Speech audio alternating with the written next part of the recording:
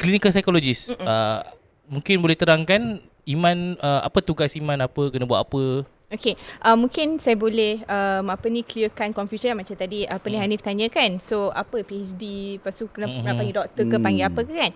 Alright, so sebenarnya clinical psychologist dia memang bekerja di dalam setting jumpa patient atau klien. Kita tengok setting tu.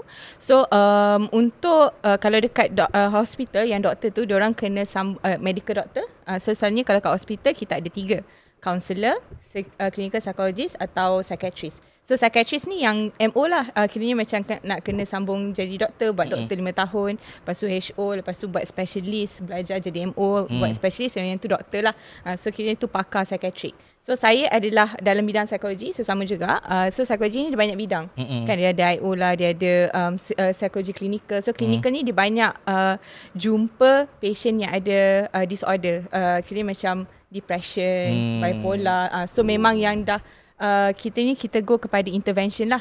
So intervention kita tengok apa yang dia boleh buat untuk untuk jangka masa yang panjang. So doktor selalunya dia bagi ubat, tengok symptoms bagi ubat. So clinical psychologist dia akan buat macam terapi, betul.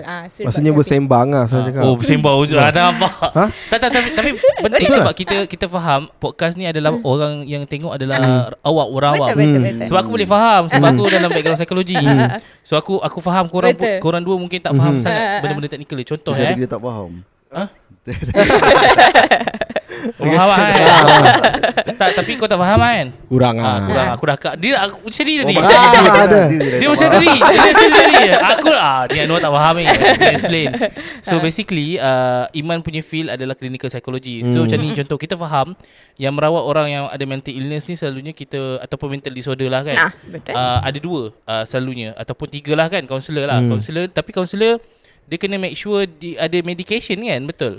Counselor dia selalunya dia tengok kepada kes-kes yang stress, contohnya kerja, marital, ada perkahwinan, family therapy. So itu kadang-kadang macam itu fokus counselor lah. Dia macam kalau kes-kes yang agak berat, contohnya macam ada suicide ke apa, ataupun ada yang nak cederakan diri, rasa macam nak bunuh diri ke, so sebenarnya counselor dia akan pas kat psychologist. Ataupun kalau dia tengok patient tu kena stable. Dia macam kadang-kadang ada yang kaunselor yang tak bukan tak boleh, tapi dia rasa kalau kes-kes macam tu lebih baik CP atau clinical psychologist ataupun psychiatrist yang tengok. So Iman handle kedua-duanya lah. Yang yang mencederakan diri dengan yang biasa ada problem macam tu lah. Macam tu boleh. So selalunya, tapi kalau dekat tengok settings, kalau kat hospital tu saya banyak tengok yang agak moderate. Dia kalau kalau severity level, mild, moderate atau severe. Alright, so macam kalau mild ni selalunya CP ada tengok, dan kaunselor banyaknya akan fokus on mild lah. Moderate dengan severe, saya mild moderate tu saya, moderate ke severe tu selalunya psychiatrist.